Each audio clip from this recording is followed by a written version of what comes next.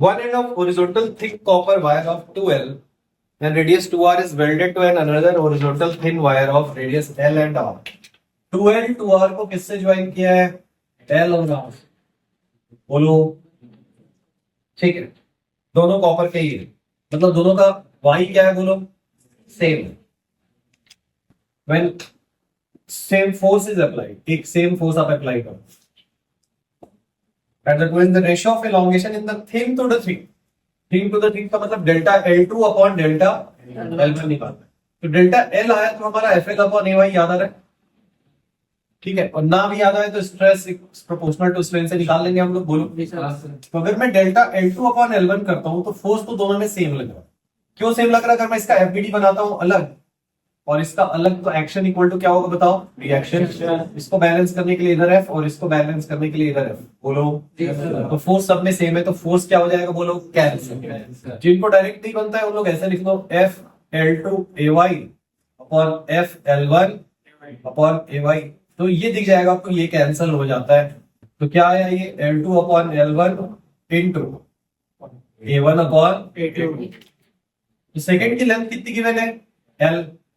और फर्स्ट की 2L. ये पाई R1 स्क्वायर, मतलब बेसिकली वो 2R गिवन है, और सेकेंड वाले की क्या गिवन है? R. तो ये आया 4/2, मतलब 2. डेल्टा L2 की वैल्यू, रेशियो पूछा है, ratio of elongation, that is 2. इसलिए ठीक है. हाँ, L1 अपॉन L2 कर दे रहे हो आप लोग. बस उसमें ध्यान से पढ़ना है रेशियो वाले में, क्योंकि देखो एडवांस में आया है क्वेश्चन, तो इसमें कुछ तो टफ है नहीं एडवांस लेवल का, तो बहुत एनसीईआरटी लेवल का है. तो बस कहीं पे थोड़ा सा ट्विस्ट कर देते हैं, थिन टू थिक पूछ दिया, मतलब L2 अपॉन L1. ये बना दिया था, ठीक है, कई लोगों ने बना दिया होगा इसको. नेक्स्ट है देखिए 11, क्वेश्चन नंबर 11. इसमें भी रेशियो है. रेशियो वाले क्वेश्चन में कुछ नहीं करना होता, बस डिवाइड करना होता है. Ratio of increase in their length, इसका मतलब पहले एलोंगेशन स्टील का अपॉन किसका निकालना है? बोलो. कॉपर का. बोलो. अब देखो थोड़ा ध्यान से, LL क्या होता है? FL upon AY. तो अगर मैं डिवाइड करूंगा तो force in steel upon force in copper आएगा सेम रेशियो में, क्योंकि वो इसके प्रोपोर्शनल है. बोलो. Length of steel length of copper आएगा. एरिया का मतलब पाई R ऑफ कॉपर का square upon pi R of steel का स्क्वायर. यहाँ उल्टा क्यों हो गया? क्योंकि वो इनवर्सली प्रोपोर्शनल है, इसलिए. तो ये दोनों रिवर्स हो गए, ये दोनों, बाकी सब सेम ऑर्डर में है. बोलो. ठीक है. Equal to force of steel upon copper. Steel में कितना फोर्स लग रहा है? 7 mg. देखो ध्यान से, ऊपर वाली वायर में दोनों का लोड काम कर रहा है ना, ये दोनों का लोड काम कर रहा है 2 और ये 5. और नीचे वाले में किसका कर रहा है? सिर्फ 5 mg का. नीचे वाले में सिर्फ यही वेट के कारण टेंशन डेवलप होगी, ऊपर में दोनों के कारण होगी. बोलो. स्टील टू कॉपर लेंथ का रेशियो क्या गिवन है? देखो उसने कहा डायामीटर लेंथ और यंग्स मॉडुलस का रेशियो है PQS. डायामीटर लेंथ, ये लेंथ का रेशियो हो गया. इसका मतलब क्या लिख देंगे यहाँ पे? Q. ठीक है. डायामीटर का रेशियो अगर P है तो रेडियस का भी वही रेशियो होगा. जो डायामीटर का रेशियो होता है दो वायर्स का, वही रेडियस का भी होता है, क्योंकि ट्वाइस होता है. यस और नो? तो रेडियस, लेकिन यहाँ पे उल्टा लिखना है, क्योंकि स्टील टू कॉपर का रेशियो P गिवन है, तो कॉपर और स्टील का क्या लिख दोगे? 1/P. यस और नो? S नहीं, डायामीटर का P है. यस और नो? यंग्स मॉडुलस का S है, तो वो भी उल्टा आ जाएगा ऐसे. S तो क्या आ गया? 7Q upon 5P square. S. ये रेशियो वाला तो था, बट थोड़ा केयरफुली बस वैल्यू पुट करनी थी हमको. दूसरी बात, कई लोगों को लगता है कि डायामीटर का डबल है, ऐसा लगता है ना कि डायामीटर का डबल है, तो जो रेशियो रेडियस का होगा उसका डबल रेशियो डाया का होगा. ऐसा बिल्कुल नहीं है. देख, y इक्वल टू 2x है, अगर मतलब diameter equal to twice of radius है, तो इसको मैं D2 लिखूंगा, इसको R2, D1 लिखूंगा तो R1. तो जो रेशियो डाया का आएगा वही रेशियो किसका आएगा? बोलो. रेडियस का. तो ये कई बार मिस्टेक इसमें होती है, ध्यान दे सबको. ठीक है, बस एक बार कॉपी में लिख लोगे ना सिंपल तरीके से, कि जो रेशियो डाया का होता है वही रेशियो रेडियस का होता है, तो फिर दोबारा कोई मिस्टेक नहीं. तो लिख लेना.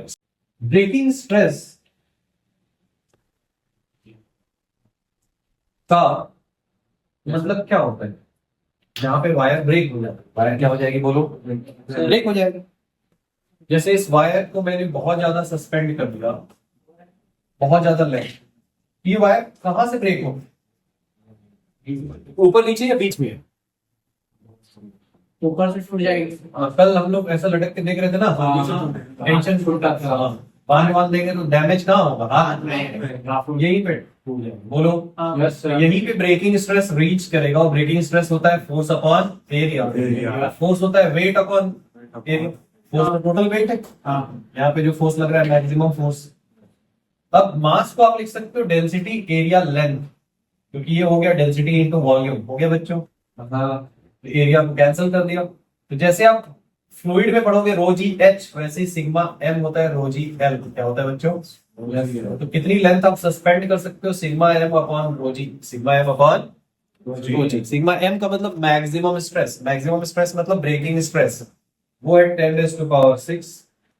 डेंसिटी है 3 × 10⁻³ ग्रेविटी है 10। ये हो गया 100/3, इसका मतलब 33.33। बोलिए। इसमें कुछ नहीं करना होता है, बस ये सोचना होता है। ये भी आपको पता है फोर्स अपॉन एरिया, और फोर्स mg के इक्वल है, वो भी आपको पता है, बस रख देना वहां। क्लियर है? ये इंपॉर्टेंट क्वेश्चन है, आता रहता है। अब एक चीज देखो, बहुत इंटरेस्टिंग है। अगर लिखा हुआ है एक थिन वायर, ये स्टील की है, और उतनी ही लेंथ का एक थिक वायर लिया हुआ है, वो भी स्टील का है, ये वायर 1, ये 2 है, तो दोनों का ब्रेकिंग स्ट्रेस किसका ज्यादा या कम होगा? दोनों को बराबर। और फोर्स किसका ज्यादा या कम होगा? स्ट्रेस होता है फोर्स अपॉन एरिया। क्या होता है? सरफेस एरिया नहीं, डेंसिटी की इन्वर्सली। डेंसिटी के इनवर्सली प्रोपोर्शनल। देखो एक चीज, अगर आप फोर्स सेम ले लो, कुछ लोग क्या करते हैं बच्चे, इसको सॉल्व करते समय फोर्स सेम ले लेते हैं, उसको देखते ही नहीं क्या सेम लिया, उनको सीधा दिखता है एरिया के इनवर्सली प्रोपोर्शनल, मतलब यहां ज्यादा होगा। ठीक है? और जब ये सॉल्व करते हैं तो लिखते हैं सिग्मा इनटू एरिया, फिर एरिया को देखते हैं, मतलब यहां ज्यादा होगा। बट ये तरीका गलत है बिल्कुल। जब भी आप एक के साथ प्रोपोर्शनैलिटी देख रहे हो ना, देखो बाकी सारी चीजें कांस्टेंट होनी चाहिए। क्या होनी चाहिए बोलो? तो here you can not write sigma inversely proportional to A, इसीलिए ये क्वेश्चन पूछा गया। तो इसका आंसर तो है कि ये इक्वल होगा। कुछ बच्चों ने बताया था, बिल्कुल सही बताया। क्या बताया? दोनों का स्ट्रेस इक्वल होगा। अब स्ट्रेस के अकॉर्डिंग आप यहाँ पे क्या डिफाइन कर सकते हो? फोर्स। तो अगर ये स्ट्रेस सेम है, एरिया किसमें ज्यादा है? सेकंड में F2 ज्यादा होगा एज कंपेयर टू F1। बोलो। और कई चीजें ना हम लोग 11th 12th में आके पढ़ने के बाद ज्यादा गलत बताते हैं। बिना पढ़े हमको ज्यादा पता था कि स्टील की पतली वायर है तो कम फोर्स पे टूट जाएगी, मोटी वायर है तो ज्यादा फोर्स। फिजिक्स थोड़ी ना जरूरी है, अनपढ़ आदमी बता दो। नहीं यार, अरे भाई ये पतला वाला वायर है, इसमें पतले पतले वाले वायर जाते हैं, जल्दी टूट जाएगा। बहुत मोटा वायर बना दिया तो नहीं टूटेगा, तुम्हें क्या फिजिक्स लगाना है? तो वो इसीलिए क्योंकि वो एरिया के प्रोपोर्शनल होता है। फिर से समझिए क्यों कराया क्वेश्चन।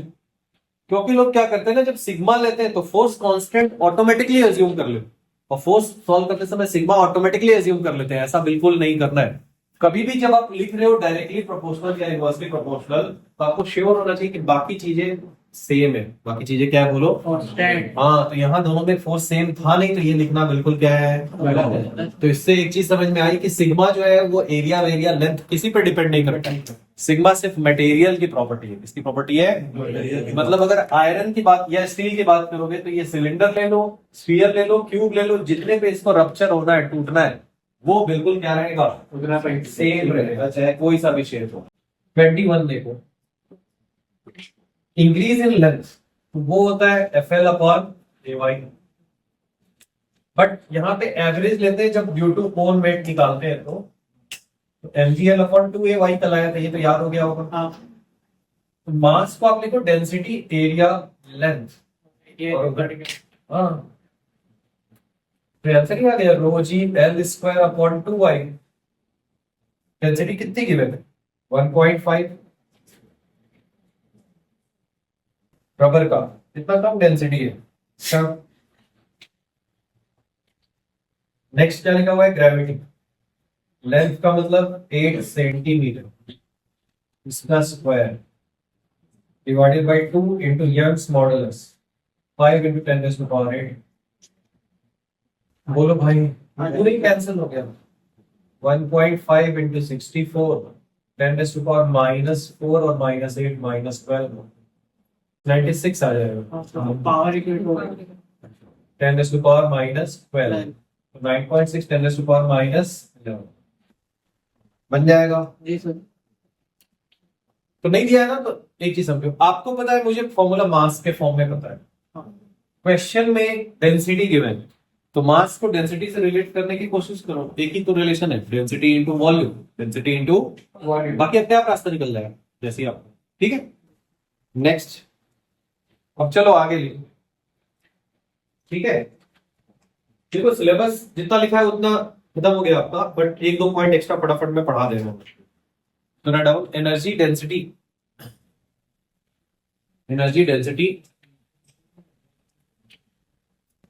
in stressed wire,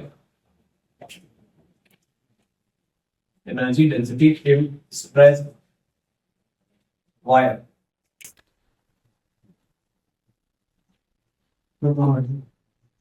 हाँ, कुछ तो नहीं कर पाऊंगा। Energy density in stretched wire.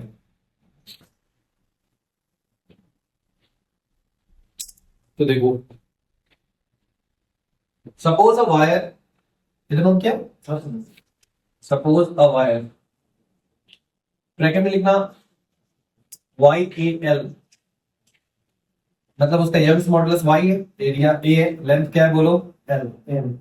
Suppose a wire is stretched by force F। एक वायर को हमने स्ट्रेच कर दिया फोर्स F से। We have to find energy stored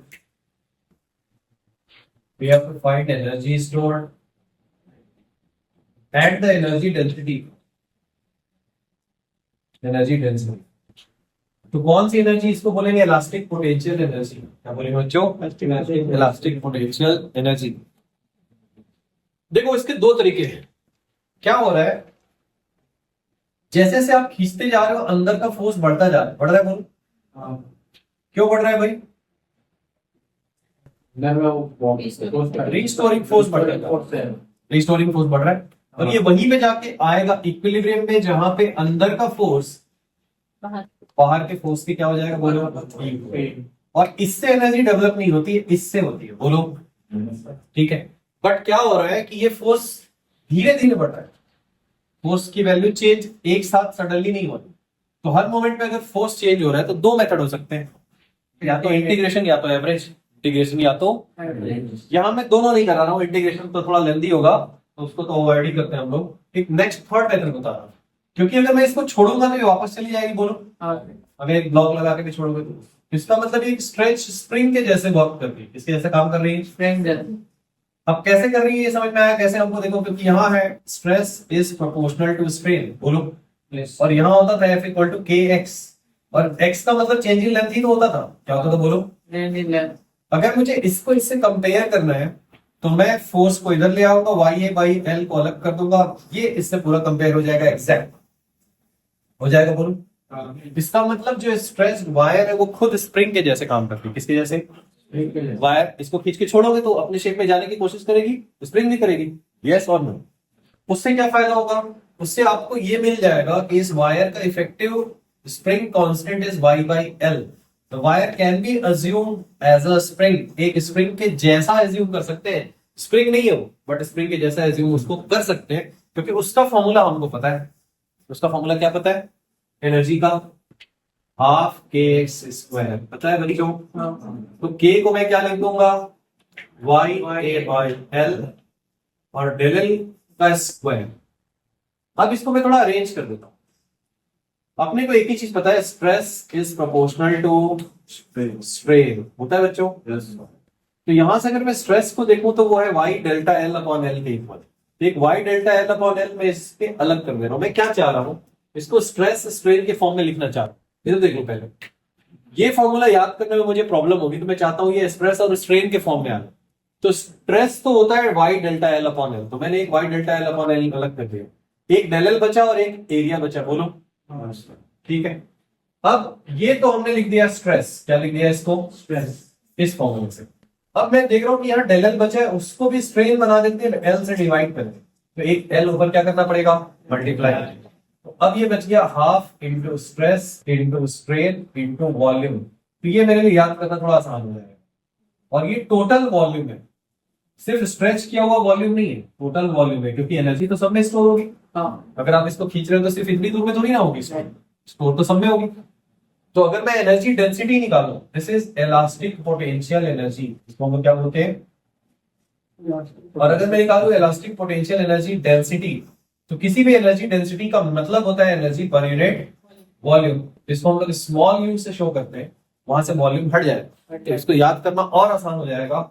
half into stress into strain, half into stress into strain. आपको यही याद करना है एनर्जी डेंसिटी। अगर एनर्जी याद करना है तो वो भी याद कर सकते, half into stress into strain into volume. कितने लोग को क्लियर है? तो अपने काम की वही चीज है। दूसरा, वैसे इसके चांसेस कम है आने के, लेकिन अब कभी पे स्प्रिंग को अगर रिलेट करा रहे हैं स्प्रिंग के साथ, इसको स्प्रिंग को या एक वायर को, तो ये फॉर्मूला आपको लर्न कर देना है, क्योंकि वहां बार बार डिराइव नहीं करोगे। अगर एक स्ट्रेच वायर स्प्रिंग के जैसा ट्रीट करेगी, तो उसका स्प्रिंग कांस्टेंट कितना लेंगे, वो स्प्रिंग है नहीं, बट उसका कुछ ना कुछ इक्विवेलेंट कांस्टेंट आ रहा है कि अगर ये स्प्रिंग के जैसा काम करेगा तो इसका के कितना होगा, बोलो। वो के कितना होगा, वाई एल। याद करने वाली चीज यही है, वाई ए बाई एल। और वो एक formula half into stress into strain into volume, ये नोट कर लीजिए। और ये बाकी तो डेरिवेशन है, बाकी काम का नहीं है यही। What is the effective spring constant and what is elastic potential energy? यहाँ एक लाइन लिखना है, जो लिखा है ना K इक्वल टू वाई है भाई, यहाँ एक लाइन लिखनी है। क्या लिखनी है? Just like a stressed spring, just like a stressed spring, a stressed wire or stressed wire has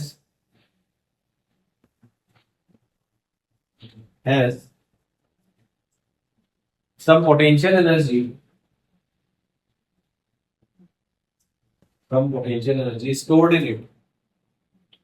stored in it.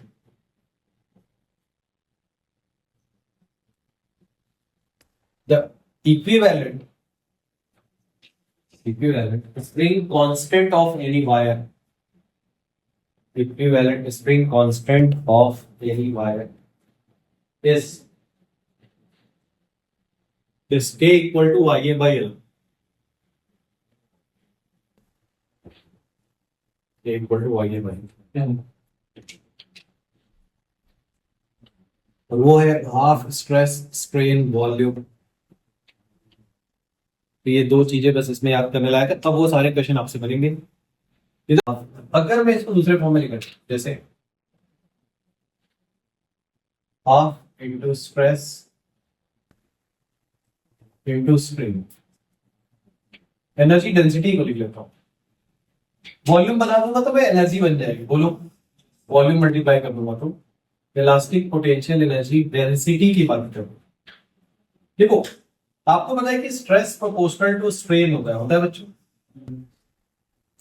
तो यहाँ पे जो कांस्टेंट है वो है यंग्स मॉडुलस। बेसिकली वो कोई सा भी इलास्टिसिटी हो सकता है, यस और नो। तो मैं वायर के लिए निकाल रहा हूँ, इसलिए यहाँ पे मैं लिख देता हूँ half into Young's modulus into strain, लिख सकते हैं इस स्ट्रेस को। तो इसका दूसरा फॉर्म एक आ गया इसी फॉर्मूले का, क्या, हाफ वाई इंटू स्ट्रेन का स्क्वायर, बोलो। तो ये था half into sigma into epsilon, ये हो गया हाफ वाई एप्सिलॉन का स्क्वायर। और ये फॉर्मूला किसके जैसा दिख रहा है, हाफ के एक्स स्क्वायर दिख रहा है। अब एक और तरीका क्या हो सकता है कि मैं स्ट्रेस को एलिमिनेट नहीं करके स्ट्रेन को एलिमिनेट करता हूं, बोलो। हमने लिखा स्ट्रेस और स्ट्रेन की जगह स्ट्रेस अपॉन वाई, ये आ जाएगा हाफ इंटू स्ट्रेस का स्क्वायर अपॉन यंग्स मॉडुलस, मतलब sigma square upon 2y, sigma square upon 2y. So the same formula in terms of stress and strain, both the same formula in terms of strain only, the same formula in terms of stress only. तीन तरीके से इसको लिख सकते हैं. छाया, तो ये याद नहीं करना है, याद सिर्फ एक ही करना है, वो धीरे धीरे अपने आप याद हो जाएगा क्वेश्चन करते करते. क्या याद रखना है? Half into stress into strain. बाकी में क्या कर, मतलब पढ़ लेना चाहिए हमको कुछ कुछ चीजें जो बाउंड्री पे है सिलेबस के. देखो क्या है वो, स्ट्रेस वर्सेस स्ट्रेन ग्राफ है. लिख लो आप, stress versus strain graph. 2-3 line पढ़ेंगे, ये हो जाएगा कंप्लीट, तो कुछ नहीं. देखो हमको को ड्रॉ करना है stress versus strain.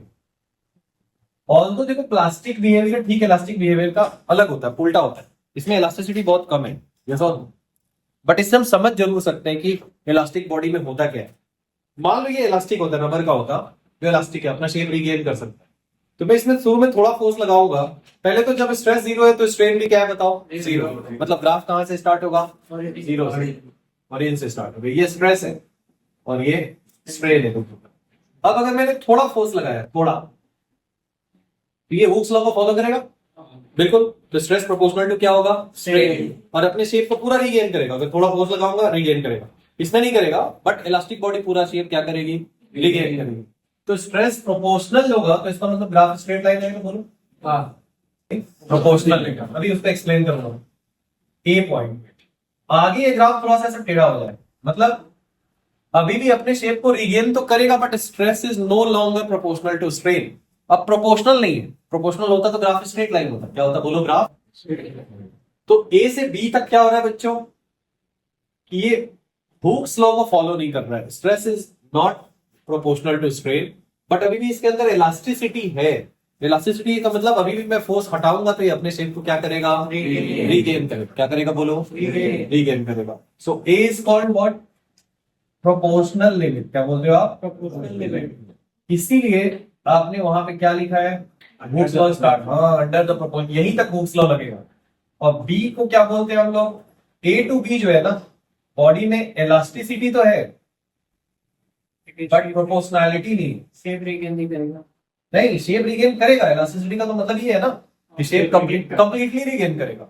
But stress is not proportional to strain, मतलब प्रोपोर्शनैलिटी नहीं है इसके बीच में, स्ट्रेस और स्ट्रेन के बीच. हाँ.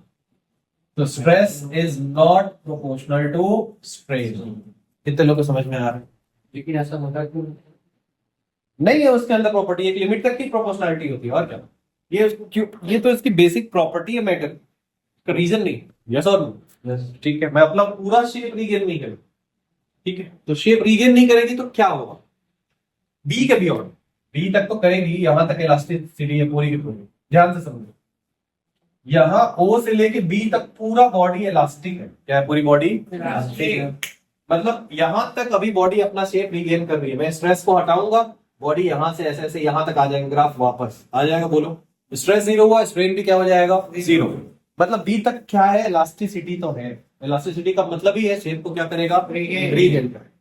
बट उसके अंदर प्रोपोर्शनैलिटी सिर्फ ए तक है. कहां तक है बोलो? मतलब वहीं तक हुक्स लॉ एप्लीकेबल है. वहीं तक क्या है बोलो? Hooke's law applicable. उसके बियॉन्ड क्या होता है? इस बॉडी में कुछ, अगर इसके बियॉन्ड आप किसी भी पॉइंट से आप छोड़ते हो, मान लो यहां से छोड़ते हो इसे, सी इज एनी जनरल पॉइंट, कोई भी जनरल पॉइंट है, तो इसके अंदर ये ग्राफ उधर से वापस नहीं जाएगा, थोड़ा सा किधर से जाएगा वापस. ये देखो, ये ऊपर में भी ऐसा टूट जाता है, कुछ कुछ में नीचे भी आता है ग्राफ. ऐसा डिपेंड करता है सब्सटेंसेस में. तो बी के बियॉन्ड किसी भी पॉइंट से अगर मैं इसको रिलीज करता हूं सी से, तो ये इस पाथ से वापस नहीं जाके सीधा से वापस आ जाता है. मतलब इसके अंदर कुछ ना कुछ एक परमानेंट स्ट्रेन आ जाता है. और स्ट्रेन का मतलब है डेल एल अपॉन एल, मतलब उसमें परमानेंट इलॉन्गेशन आ गया. इसको हम बोलते हैं परमानेंट सेट. और इसकी वैल्यू 0.01% से लेके 1% तक हो सकती है. परमानेंट इलॉन्गेशन बॉडी में ये होता है. ये भी इंपॉर्टेंट है, ठीक है. अब फिर से समझो क्या हुआ. बी तक क्या कर रही थी बॉडी? अपने पूरे शेप को. बी के बियॉन्ड, इसीलिए बी को हम लोग यहाँ पे जो भी एक बी पॉइंट मार्क कर दो, बी को हम लोग फील्ड पॉइंट भी बोलते हैं. क्या बोलते हैं बोलो? Field point. या इसी को बोलते हैं इलास्टिक लिमिट। क्या बोलते हैं बोलो? लिमिट। इलास्टिक लिमिट तो क्लियर है कि यहां तक इलास्टिसिटी है उसके अंदर, इसलिए क्या नाम है इसका? Elastic limit. यील्ड पॉइंट क्यों बोलते हैं? क्योंकि इसके बाद इसके अंदर यील्ड आ जाए। यील्ड का मतलब होता है गेन। क्या होता है बोलो? परमानेंट इसके अंदर इलोंगेशन आ जाए। एक लिमिट के बियॉन्ड अगर आप इसको खींचोगे तो इसके अंदर परमानेंट इलोंगेशन आ जाता है या नहीं आ जाता? देखो लंबा हो कितना परमानेंट, क्या हो गया इसके अंदर? गेन आ गया। क्या आ गया बोलो? गेन आ गया। तो ऐसे इलास्टिक बॉडी में भी होता है। जैसे रबर होगा, आप रबर को बहुत देर तक यूज करते रहते हो तो परमानेंट इलोंगेशन आ जाता है कि नहीं आ जाता? जैसे ये रबर है ऐसा, ठीक है, अभी ये कम यूज हुआ है, इसको ज्यादा यूज करोगे बार बार तो पूरा ही लंबा हो जाता है। बोलो, तो उसके अंदर क्या डेवलप हो गया है? Permanent elongation. परमानेंट इलोंगेशन, उसी को इलास्टिक फटीग भी बोलते हैं। इसके अंदर इलास्टिक फटीग डेवलप हो गई। फटीग क्यों, किसको बोलते हैं? जब थक जाते हैं तो उसको बोलते हैं फटीग हो गया। बोलो, तो वो भी थक जाता है। कौन बार बार इलोंगेट कंप्रेस होता रहेगा? ये सो नो जाओ, अब नहीं मैं इलास्टिक नहीं हुआ, मतलब अपने शेप को रिगेन नहीं करूंगा, इसीलिए उसको बोलते हैं इलास्टिक फटीग डेवलप हो गई। बोलो, तो ये क्लियरली मेंशन तो नहीं है सिलेबस में ये वाला पार्ट, बट इसको कुछ आइडिया क्यों होना चाहिए बता रहा हूं। एक लिमिट पे जाके ये टूट जाता है और उस डी पॉइंट को बोलते हैं ब्रेकिंग स्ट्रेस। तो इसके करस्पॉन्डिंग स्ट्रेस को बोलते हैं ब्रेकिंग स्ट्रेस, अभी जो आपने पढ़ा, और इस पॉइंट को बोलते हैं ब्रेकिंग पॉइंट। क्या बोलते हैं बोलो? Breaking point. ये वाला, वो वाला तो गाड़ी वाला ब्रेक हो जाएगा। ब्रेकिंग पॉइंट मतलब यहाँ पे बॉडी क्या हो जाएगी बोलो? टूट जाएगी ना। एक लिमिट के बियॉन्ड इसको खींचोगे तो क्या हो जाएगा? टूट जाएगा। वायर को भी, वायर कोई भी चीज है, आयरन है, स्टील है, उसको लिमिट के बियॉन्ड तोड़ोगे क्या हो जाएगा बताओ? टूट जाएगा। जिसको हमने अभी पढ़ा था कि वो मटेरियल की प्रॉपर्टी होती है। किसकी प्रॉपर्टी होती है? मटेरियल की प्रॉपर्टी। याद आया? तो इस पूरी चीज को पढ़ना है। 4 ही पॉइंट है। ओ से ए तक स्ट्रेस बढ़ाओगे स्ट्रेन बढ़ेगा। ए तक होगा हुक्स लॉ एप्लीकेबल, ए से भी हुक्स लॉ अप्लाई नहीं होगा। बट अगर हम छोड़ेंगे तो पूरा शेप रिगेन अभी भी क्या होगा? कर सकता है, गेन कर सकता है। बी के बियॉन्ड पूरा शेप कभी भी रिगेन नहीं होगा, परमानेंट इलोंगेशन आ जाएगा। बोलो, और एक पॉइंट पे जाके टूट जाएगा, उसको क्या बोलते हैं हम लोग? Breaking point. Breaking point, yes और नो? तो लिख रहा है पॉइंट्स, लिख लो। 4 पॉइंट्स लिख लो, पहले आप डायग्राम बना लो, कंप्लीट हो जाएगा। तो आज जो आपने 2 पॉइंट पढ़ा, मेंशन तो नहीं है लेकिन हमको पढ़ लेना। एनर्जी पे 4-5 क्वेश्चन कर लो, क्लियर है? तो ये इतना कुछ है। और आप इसको फील करना चाहते हो तो एक ऐसा प्लास्टिक लेना है, इसको खींचना है, ऐसे ऐसे तोड़ दो, सब हो गया ABCD इसी में। थोड़ा फोर्स लगाया तो क्या हुआ? अपने शेप को कंप्लीटली रिगेन किया। प्रोपोर्शनलिटी भी थी, थोड़ा ज्यादा लगाया तो नहीं किया, एलोंगेशन आया, और थोड़ा सा लगा दिया, टूट गया। आया समझ? इतना ही है बस, और कुछ नहीं। क्लियर है? तो ये सिलेबस में मेंशन नहीं है तो इसमें आ क्या सकता है, फटाफट देखेंगे। इस ग्राफ का जो स्लोप है ना, O से A तक अगर स्ट्रेट लाइन है तो उसका स्लोप बता क्या रहा है? देखो, y इक्वल टू mx जब लिखते हो ना तो स्लोप होता है y बाई एक्स या dy बाई dx। क्या होता है बोलो? dy by dx। तो एक स्ट्रेट लाइन जब तक अगर वो ओरिजिन से पास हो रहा है, वैसे तो ये ऑलवेज होता है, ऑलवेज जब स्ट्रेट लाइन ओरिजिन से पास होती है तो उसको y बाई एक्स में लिख दो। क्या लिख देते हैं बोलो? ये थोड़ा ज्यादा हो गया लगता है। tan theta y by x होता है ना, परपेंडिकुलर अपॉन बेस, और dy बाई dx किसी पॉइंट पे वो भी यही होता है। Actually slope is dy by dx, but when the straight line passes through origin the slope becomes y by x। Slope become y by x। इसका जो स्लोप है वो है स्ट्रेस अपॉन स्ट्रेन, और वही तो होता है यंग्स मॉडुलस। क्या होता है बोलो? और इलास्टिसिटी। यंग्स मॉडुलस बोल सकते हो आप इसको, या इलास्टिसिटी बोल सकते हो। पहली बात तो ये याद रखना है कि इस ग्राफ का जो स्लोप है वही है यंग्स मॉडुलस। और नहीं भी समझ में आएगा तो ऐसे देखना है, perpendicular upon base, stress upon strain. Stress upon strain क्या होता है? बोलो। दूसरा पॉइंट, ये जितनी हाइट होगी, अगर ये वाली हाइट किसी की ज्यादा है, ठीक है, पार्ट ये और एक ग्राफ ये, इसमें आपको दिख रहा है थोड़ा नीचे है, बोलो, इसमें थोड़ा ऊपर है, तो ये वाला ग्राफ मतलब ये बॉडी में क्या ज्यादा है? ब्रेकिंग स्ट्रेस, मतलब वो जल्दी टूटेगा नहीं। इसका मतलब ये ज्यादा स्ट्रॉन्ग है। ये जो हाइट है, ये जो हाइट आपको दिख रहा है ना, दिस रिप्रेजेंट्स स्ट्रेंथ। क्या बताता है ये? स्ट्रेंथ। तो ये है थोड़ा सा स्ट्रॉन्ग और ये है थोड़ा सा वीक। उसके लिए क्या देखना है? ये वाली हाइट क्या देखनी है बोलो? अब ये देखो, ये इलास्टिक लिमिट यहां तक इलास्टिक था, उसके बाद इतनी दूर जाके ये टूटा है इतने स्ट्रेन पे, और स्ट्रेन होता है change in length upon original length होता है बच्चों।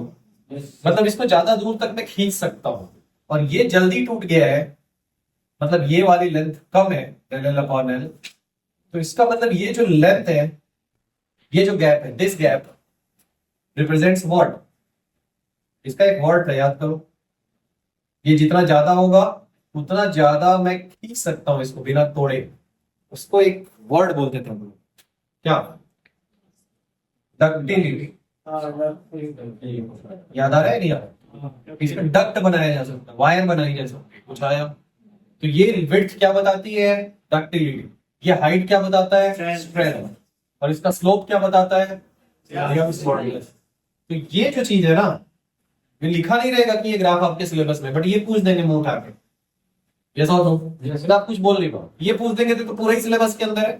ये भी कहीं ना कहीं पूछ सकते हैं कि ग्राफ से देख के क्या क्या चीजें आप अंदाजा लगा सकते हो, बोलो। बस उसी 3 क्वेश्चन के लिए मैंने इतना पढ़ाया आपको, ये कि ब्रेकिंग स्ट्रेस क्या है और ये क्या है, वो समझ में आना जरूरी है। वो पूछ देंगे तो कहीं बनना चाहिए। देखो एक क्वेश्चन करा रहा हूं तो आपको खुद आइडिया। एक ऐसा 2 हाइपोथेटिकल ग्राफ ले रहा हूं मैं, नॉट एग्जैक्ट कि ऐसा हो गई, 2 ले लो। एक ऐसा है और इसका ऐसा ग्राफ है,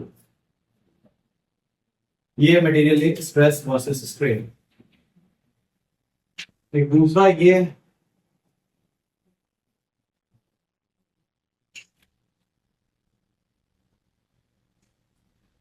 ठीक है, बी स्ट्रेस वर्सेस स्ट्रेन। किसका यंग्स मॉडुलस ज्यादा है, स्लोप ज्यादा ज्यादा स्लोप है ना उसका, बस यंग्स मॉडुलस ए का ज्यादा है पहला। इसका मतलब A is more elastic, A is more elastic. Young's modulus से ही तो पता चलता है इलास्टिसिटी, ये लिखा है, बोलो। सेकंड, स्ट्रॉन्ग कौन है ज्यादा, ए या बी? बी, बी, क्योंकि उसका हाइट ज्यादा है, हाइट ज्यादा है, मतलब ब्रेकिंग स्ट्रेस उसका क्या है, ज्यादा है। ज्यादा स्ट्रेस लगाने से वो टूटेगा, बोलो। हाँ sir. B is stronger, A is weaker, बोलो। थर्ड, डक्टिलिटी भी बी का ज्यादा है। डक्टिलिटी किसका ज्यादा है, बी का। बी का, क्योंकि उसके लिए गैप क्या है बताओ, ज्यादा है। B is more ductile. ये सब पढ़ने में ज्यादा टाइम थोड़ी नहीं लगता। इस पूरे चैप्टर को अगर आप याद करना चाहो तो क्या क्या था हमारा, हुक्स लॉ था, वो कल रिवाइज कराया था आपको। हुक्स लॉ में 3 टाइप का स्ट्रेस होगा, 3 टाइप का स्ट्रेन और 3 टाइप की क्या होगी, इलास्टिसिटी। एक हमने एनर्जी डेंसिटी का फॉर्मूला पढ़ा, half into stress into strain into volume, और वॉल्यूम हटा देंगे तो एनर्जी डेंसिटी बन जाएगा।